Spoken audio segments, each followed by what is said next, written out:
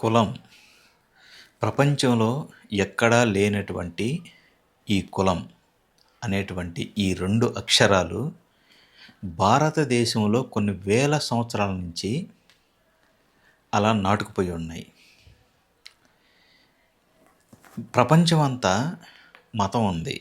భారతదేశంలోనూ మతం ఉంది. కానీ కులం అనేటువంటి ఈ యొక్క పదం భారతదేశంలో మాత్రమే ఉంది. ప్రపంచంలో ఎక్కడా లేదు. భారతదేశంలో ఉన్నటువంటి కులాలు కానివ్వండి, మతాలు కానివ్వండి, భాషలు కానివ్వండి, సంస్కృతులు కానివ్వండి, ప్రపంచంలో ఎక్కడా ఉండవు. ఒక భారతదేశంలో మాత్రమే ఉంటాయి. ఈ కులం అనేది ఎంత దారుణంగా ఉంటుందంటే భారతదేశంలో అసలు చెప్పుకున్న దానికి కూడా చాలా అసహ్యంగా ఉంటుంది.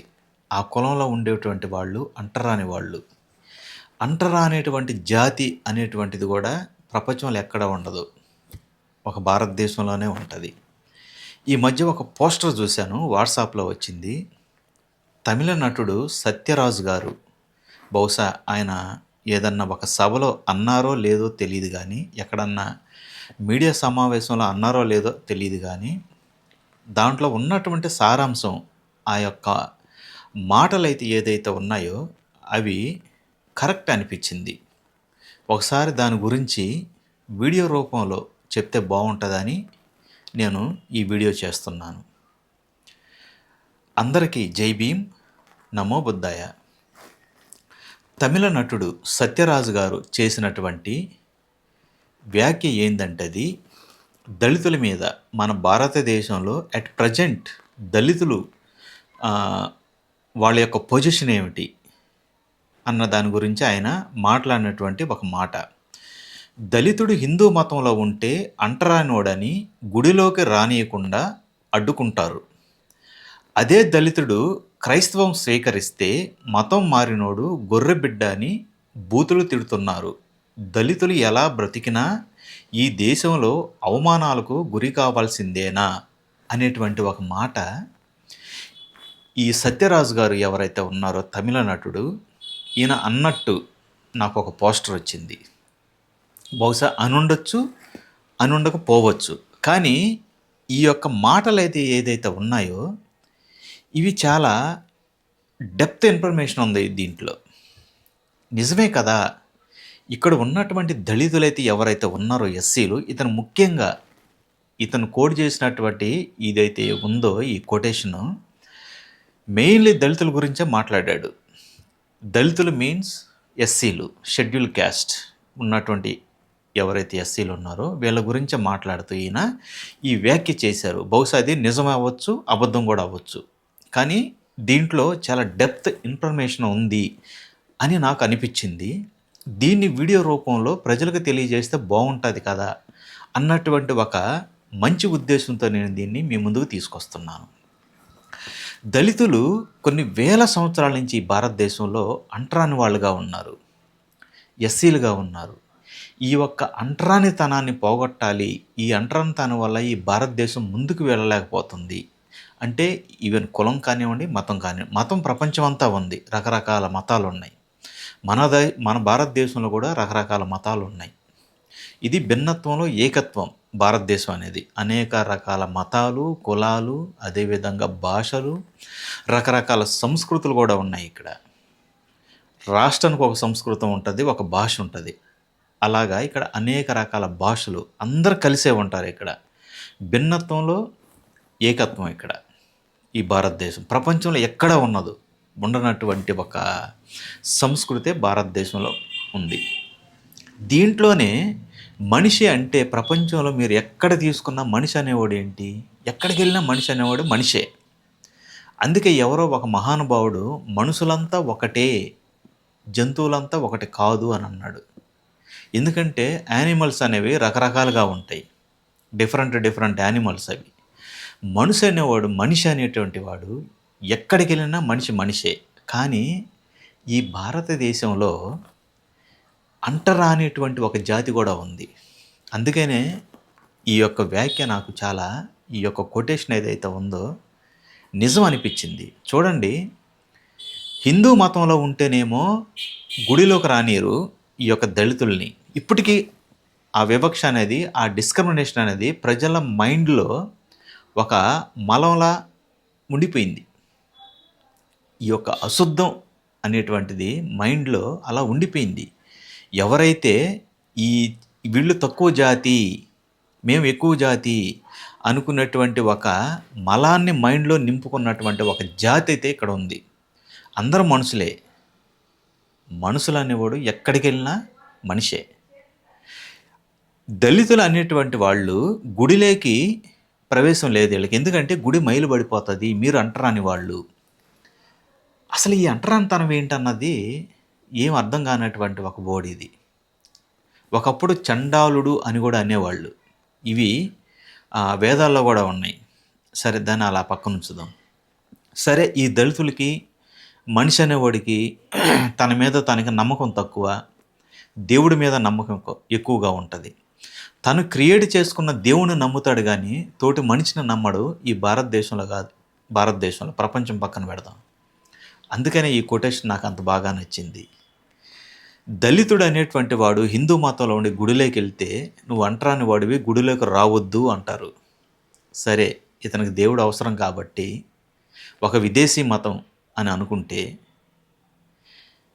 క్రిస్టియానిటీలోకి వెళ్తే నువ్వు మతం మారినోడివి, గొర్రెబిడ్డవి అని అమ్మ నా బూతులు తిడతారు. ఇవన్నీ ఇప్పటికి జరుగుతుంది. ఒక వ్యక్తి, ఇప్పటికీ మీరు చాలా వీడియోలు ఉన్నాయి, ఎడారి మతం అని, నువ్వు గొర్రెబిడ్డవని అనేసి వీళ్ళని తిడుతుంటారు. క్రిస్టియన్స్లోకి వెళ్తే ఎస్సీలని. మరి మనిషికి దేవుడు అవసరం కదా. ముఖ్యంగా ఈ ఎస్సీలు అనేటువంటి వాళ్ళు దూరపు కొండలు నునుపు అంటారు. దగ్గరికి వెళ్తే కానీ ఆ కొండ ఎలా ఉంటుందో ఎవరికి తెలియదు. అలాగా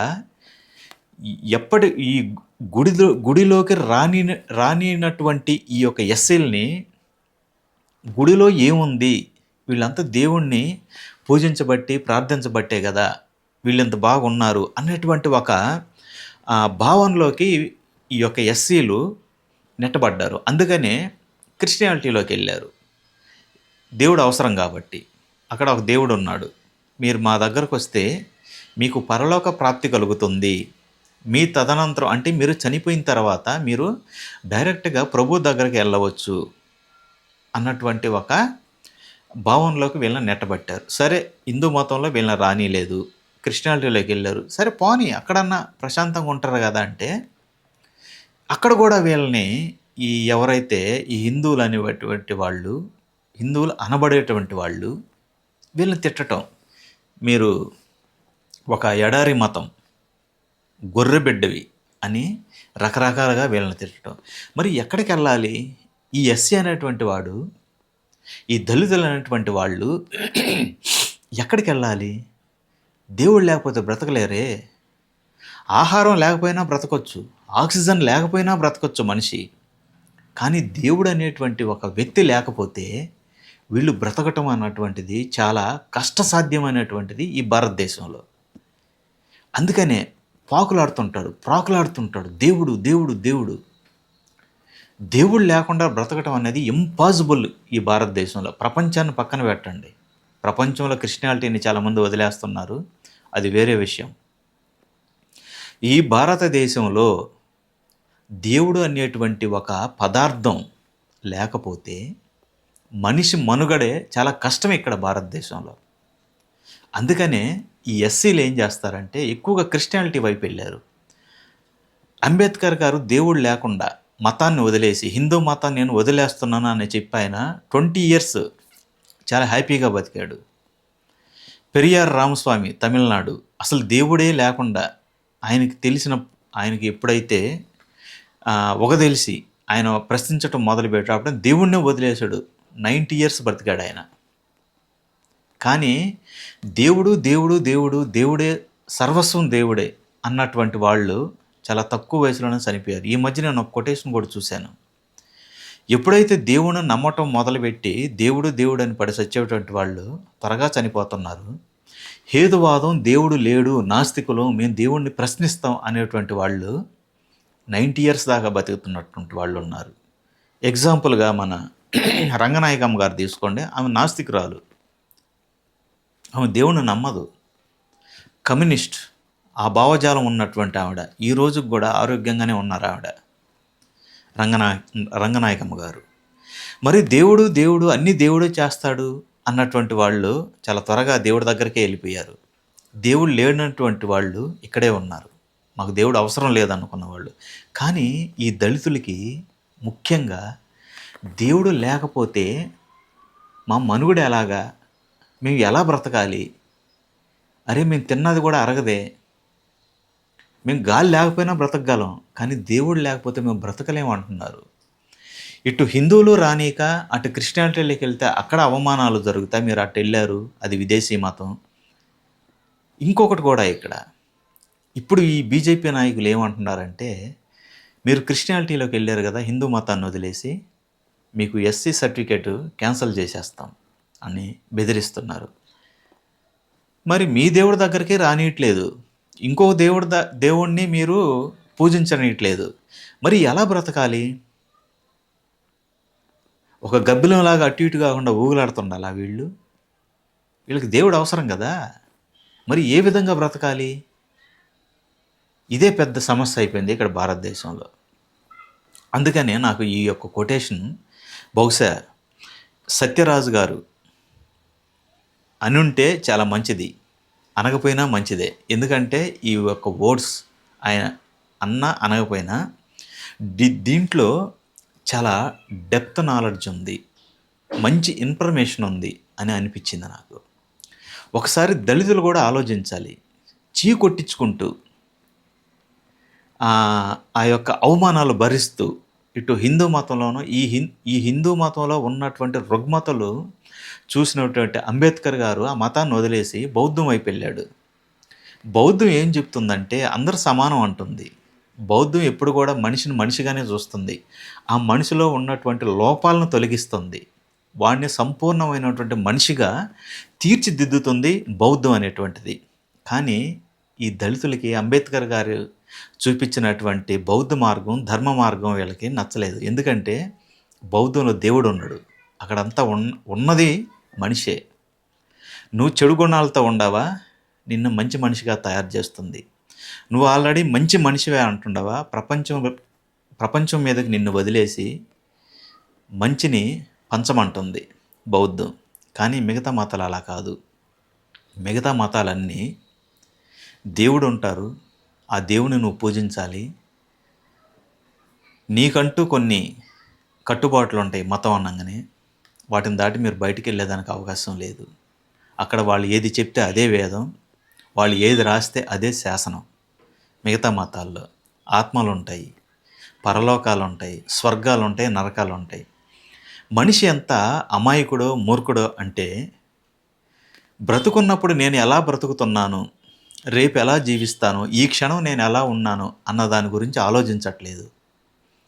నేను చనిపోయిన తర్వాత ఎలా ఉండాలి, నేను స్వర్గానికి వెళ్ళాలా, లేకపోతే పరలోకానికి వెళ్ళాలా, ఇంకో లోకానికి వెళ్ళి నేను ఎలా సుఖంగా ఉండాలి అన్న దాని మీదే మనిషి మనుగడ సాగుతుంది ఇక్కడ. బౌద్ధం అలా చెప్పదు.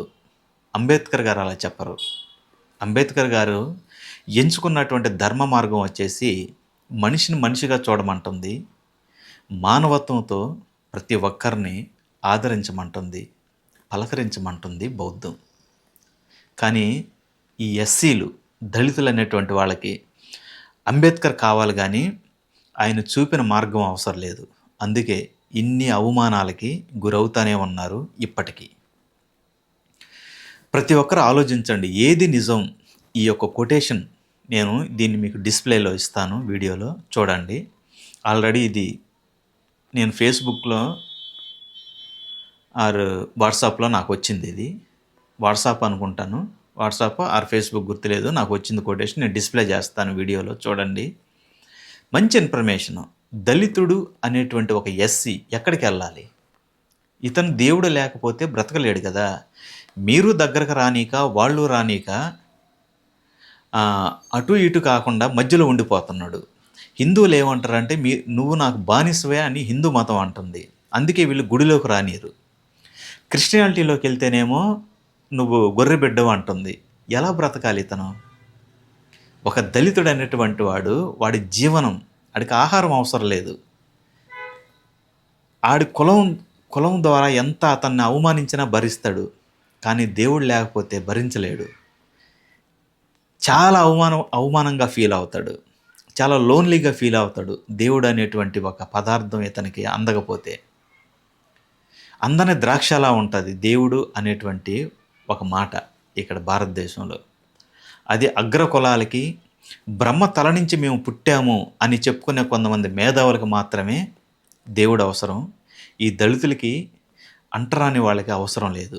ఈ పదం ఉపయోగించడం కూడా చాలా అవమానకరంగా ఉంది. అంటరాని వాళ్ళు, దళితులు అనేటువంటి పదాలు. ఫస్ట్ ఆఫ్ ఆల్ ఈ దేశంలో తీసేయాల్సింది కులం, మతం. అంబేద్కర్ గారు ఎప్పుడో చెప్పారు, ఒక కులం మీద దేశాన్ని కానీ, ప్రపంచాన్ని కానీ, నీతిని కానీ, జాతిని కానీ నువ్వు నిర్మించలేవు అన్నాడు. అది 100% కరెక్ట్. ప్రజలు కూడా ఆలోచించాలి, ఏది నిజం అన్నటువంటిది ఆలోచించాలి. అంబేద్కరిజం ఏం చెప్తుంది? నువ్వు బాగా చదువుకోమని చెప్తుంది. బుద్ధిజం ఏం చెప్తుంది? మనుషులంతా సమానం అని చెప్తుంది. మిగతా మతాలు ఏం చెప్తున్నాయి అన్నది మీ విజ్ఞతకి వదిలేస్తున్నాను. ఒకసారి ఆలోచించి, న్యాయ నిర్ణేతలు మీరే కాబట్టి మనకు మతం అవసరమా అన్నటువంటిది కూడా మీరు ఆలోచించండి. వీళ్ళని అవమానించే వాళ్ళు కూడా, మన భారత రాజ్యాంగం చెప్తుంది ఏ మతాన్నైనా ప్రచారం చేసుకోవచ్చు, ఏ మతాన్నైనా పాటించవచ్చు అని. అలాంటప్పుడు మీ యొక్క పెత్తనం ఏంటి ఇక్కడ అని ఎస్సీలు అడుగుతున్నారు. మీరు అమ్మ పెట్టదు అడుక్కు తినేదు అనేటువంటి ఒక సామెత ఉంది తెలుగులో. మీరు మీ దేవుడి దగ్గరకు రానీరు, వేరే దేవుళ్ళ దగ్గరికి పోనీరు. మేము ఎలా బ్రతకాలి? మాకు ఆక్సిజన్ అవసరం లేదు, ఆహారం అవసరం లేదు, ఫుడ్ అవసరం లేదు, మాకు కావాల్సింది దేవుడు అని అంటున్నారు దళితులు. దీని మీద ప్రతి ఒక్కరు ఆలోచించాలి. ఈవెన్ దళితులు కానివ్వండి, మిగతా కుల వాళ్ళు కానివ్వండి. మీరు దగ్గరకు రానిస్తే వీళ్ళు ఎందుకు వెళ్తారు? వేరే మతం వైపు చూడరు కదా అన్నది కూడా మీరు ఆలోచించాలి. ఆలోచిస్తారని కూడా నేను అనుకుంటున్నాను. ముఖ్యంగా దళితులు. మతం అవసరం లేదు, కులం అవసరం లేదు. కులం అవసరం ఎవరికి? వాళ్ళు ఇన్సెక్యూర్ ఫీలింగ్లో ఉన్న వాళ్ళకి కులం అవసరం, మతం అవసరం. మీరు ఇన్సెక్యూర్ ఫీలింగ్లో లేరు అనుకుంటే ఈ యొక్క రెండిటిని దాటి బయట రండి. అప్పుడు మీకు ఏంటి, ప్రపంచం ఏంటన్నది తెలుస్తుంది.